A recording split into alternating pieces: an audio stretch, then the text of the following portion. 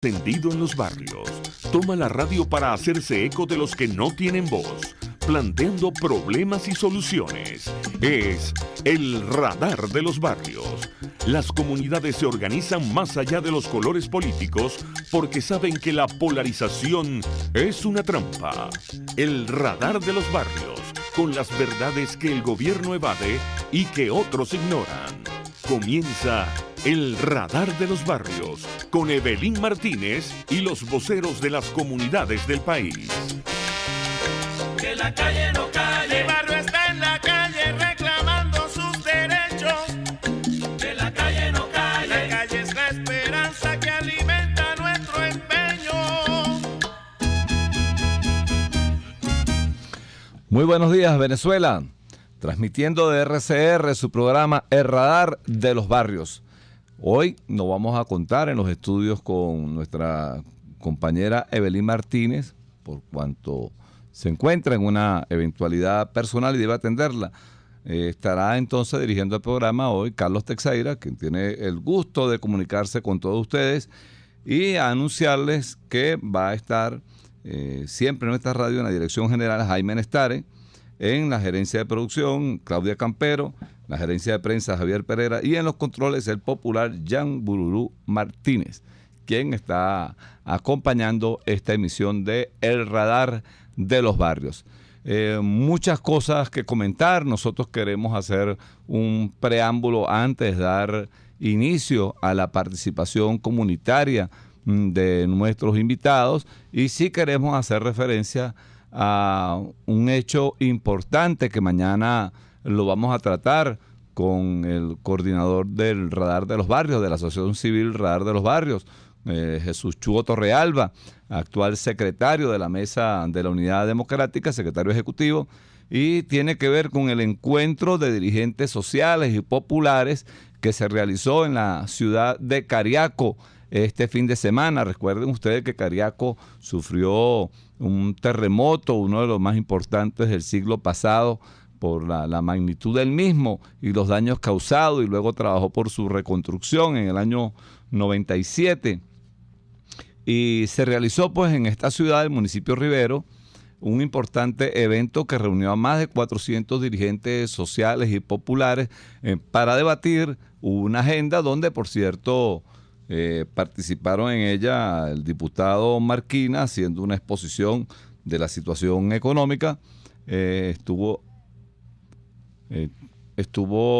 el padre Antonio Molina, quien un hecho bastante significativo por cuanto sus palabras fueron precisamente la de unión por parte del padre Antonio Molina, que es párroco de Cariaco. Participó allí también Rafael Venegas, secretario general de Vanguardia Popular, igual Dick Guanique de Bandera Roja. Estuvo el exalcalde de Cariaco en el momento del terremoto, Miguel Vázquez, y otros dirigentes campesinos y sociales de las zonas que son las que están vinculadas a la actividad de un municipio que es fundamentalmente agrícola. También participó la Mesa de la Unidad del Estado Sucre, se incorporó en ese encuentro y pudieron pues intercambiar, hacer una interacción, y posteriormente nos dirigimos a Río Caribe. Recuerden ustedes que en Río Caribe hay una situación especial, que ahí van a hacerse nuevamente las elecciones, por cuanto el alcalde Franceschi, Enrique Franceschi, que era el alcalde en ejercicio, a los 7 meses de estar en funciones, fue asesinado, víctima del AMPA. Allí nadie de la oposición tuvo la temeridad de decir, bueno, que fue el G2 cubano, o que fueron unos asesinos radicales, o que fueron unos enfermos de la ultraizquierda. No, nada de eso. Ahí sencillamente se dijo que las investigaciones determinen quién fue el asesino o los asesinos, y efectivamente fueron ubicados los responsables y están presos los mismos, quienes asesinaron al alcalde Enrique Franceschi. Y ahora pues habrá elecciones nuevamente en Río Caribe, y allí acompañamos en la juramentación del comando de campaña de Carla, quien es su esposa y que goza de mucha aceptación popular allá en Río Caribe. Bueno, distinta la situación, como hemos visto, con el diputado Robert Serra. O sea, la versión del gobierno no es que esperemos las investigaciones, no, ya el gobierno hizo su juicio, allí tiene ya señalado a la derecha y a Berrisbetia y unos paramilitares y Uribe y por supuesto Obama. Bueno, las investigaciones están demostrando que no. O sea, el CICPC está diciendo y ha venido filtrándose, como fue en el caso de Otaiza.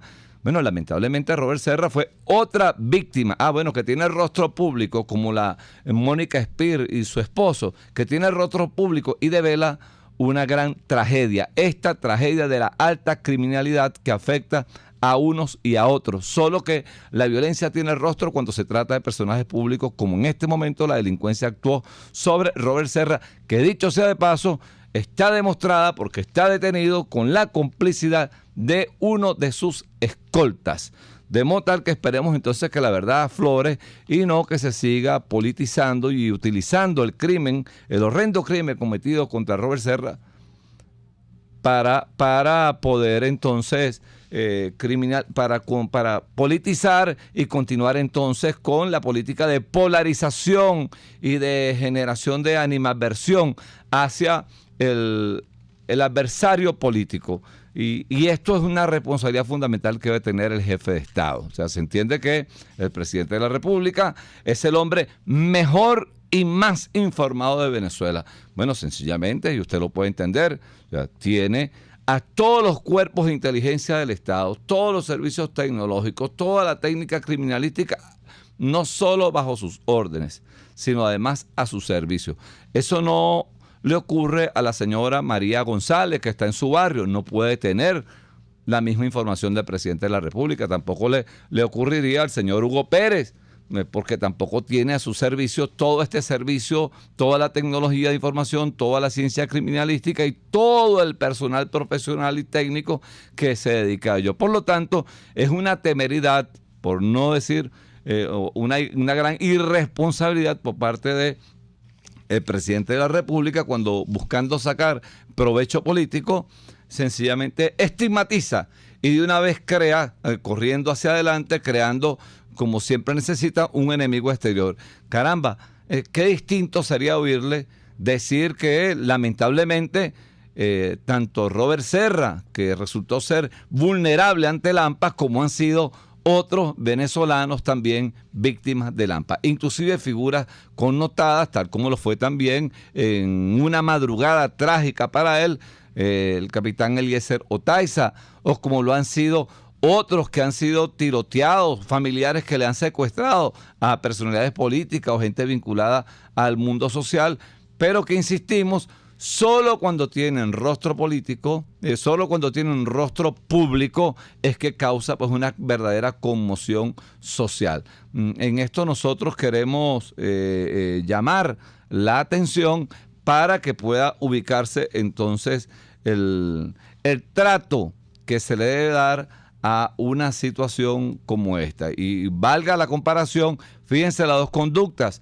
No solo que el alcalde Enrique Franceschi, cuando fue asesinado, la vocería de la oposición tuvo la prudencia de solicitar una investigación y determinar responsabilidades, sino que además, luego en el tratamiento del crimen de Robert Serra, por una parte se condena el hecho, se solicita la investigación e inclusive llegan a suspenderse una actividad importante que tenía para esa fecha la Mesa de la Unidad en señal de duelo y acompañando pues el sentimiento de dolor del pueblo chavista, que respetamos y entendemos que estaba sentido por el terrible hecho que había ocurrido en la persona del diputado Robert Serra. Pero la verdad surge y es del tamaño de la Catedral de México y aquí se viene entonces imponiendo la misma. Queremos destacar otro hecho, otra situación importante como están ocurriendo con la situación de algunas alcaldías y gobernaciones que no han podido iniciar la construcción de obras porque alegan no conseguir cemento, cabilla y el resto de los materiales. O sea, está ocurriendo en Vargas, por ejemplo, donde hay obras paralizadas por falta tanto de la gobernación como de la alcaldía, por falta de cemento, por falta de cabilla. Ya eso sabemos que ocurre en nuestros barrios. Muchos albañiles muchos maestros de obra que trabajan por cuenta propia en nuestros barrios, ustedes los ven, bueno, en la esquina y viendo a ver qué otra actividad hacen, porque pese a que tienen demanda de trabajo por parte de particulares para construir piezas, colocar cerámicas, etcétera, no tienen entonces la oportunidad de trabajar, pues no hay material para trabajar en el área de la construcción por quienes lo hacen de cuenta propia como albañiles y maestros de obra. Bien, para ahora hacernos una referencia a propósito de toda esta situación que vimos, ayer desalojaron en Ciudad Turmerito desalojaron a una familia que estaban allí, pero vamos a atravesar la ciudad y nos vamos a llegar a Petare para conversar entonces con Ingrid Palacio. Buenos días, Ingrid, bienvenida al Radar de los Barrios. Cuéntanos, Ingrid, ¿cuál es la situación, cuál es el estatus que en este momento tiene allí con el urbanismo El Morro, que tú has venido alertando sobre lo que puede ocurrir en ese urbanismo improvisado que se realizó pese a la opinión profesional y social que algunos de ustedes dieron? Sí, hola Carlos, saludos, bueno, gusto saludarte y a todos los escuchas. Fíjate que ayer vuelve a ser noticia el urbanismo El Morro, aun cuando ya tiene largos 14 años siéndolo, ¿no? Porque sin duda alguna cuando se empezó, siempre lo repito, desde el año 2003, a dar anuncios de que allí se iba a construir un complejo urbanístico y de esa magnitud, nosotros responsablemente alertamos. Bueno, lo que alertamos sucedió. Y sin duda alguna, en voz del Radar de los Barrios, esto ha sido una denuncia constante desde hace 8 largos años.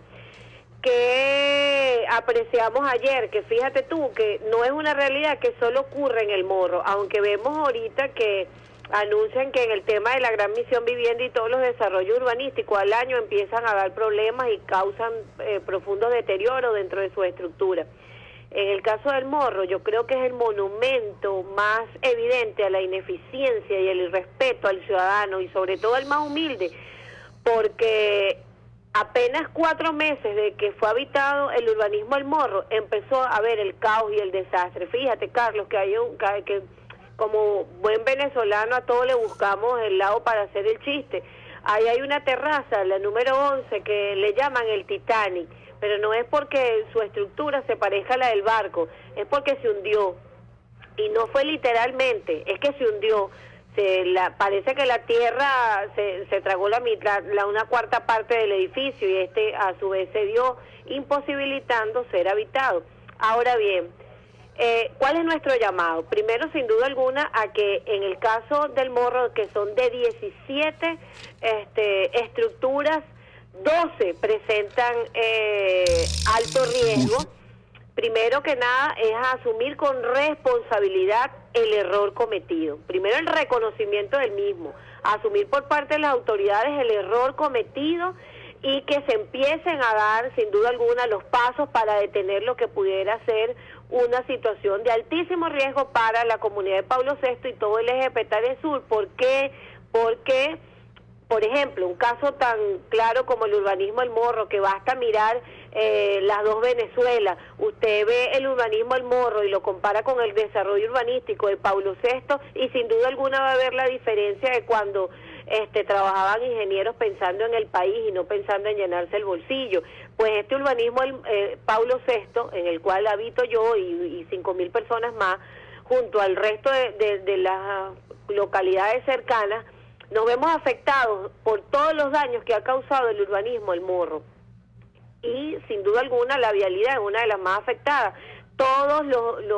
Prácticamente cada vez que llueve, cada 3 días, tiene que mover la alcaldía del municipio de Sucre unas maquinarias para poder limpiar la vía, para poder medio salir, porque en este momento ya tenemos más de 5 meses, Carlos, 5 meses con las aguas servidas del urbanismo El Morro que dan hacia la terraza 10, 11 y 12, fracturadas y caen por el medio de la montaña, haciendo, por supuesto, estragos, causando ese olor nauseabundo y putrefacto que tenemos que soportar todos los vecinos que hacemos vida en esta zona. También una cosa que hay que destacar, Carlos, es la grave situación en el tema de la evaluación al daño moral que se le hizo a la gente que lamentablemente le defraudaron en sus esperanzas, le burlaron su fe. Eso es algo que no tiene perdón de Dios, Carlos, porque cuando usted está en un refugio y lo obligan a estar en un refugio por 2 largos años y a algunos se le convirtió en 3 y 4 años,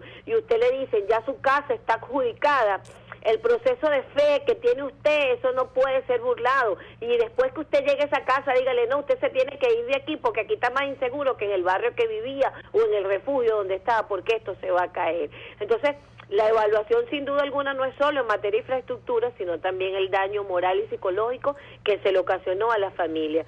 Un dato importante, Carlos, para que lo maneje en el programa. A 75 días de cumplir, faltan 75 días para que se cumpla la meta de la misión vivienda y faltan por construir 318.704 unidades de vivienda. ¿Cree que sea posible que la construyan o se irán a construir así como lo decía nuestro Ali? Ingrid, te vamos a pedir por favor, a propósito del comentario, además porque nos interesa conocer de cuál es la actuación a toda esta de las autoridades, los organismos que tienen que ver y las responsabilidades, pero vamos a hacer primero un corte. Ingrid, te pedimos por favor te quedes en línea para continuar aquí en su programa El Radar de los Barrios. Usted está escuchando El Radar de los Barrios con Evelyn Martínez y los voceros de las comunidades del país. Solo por RCR 750 AM.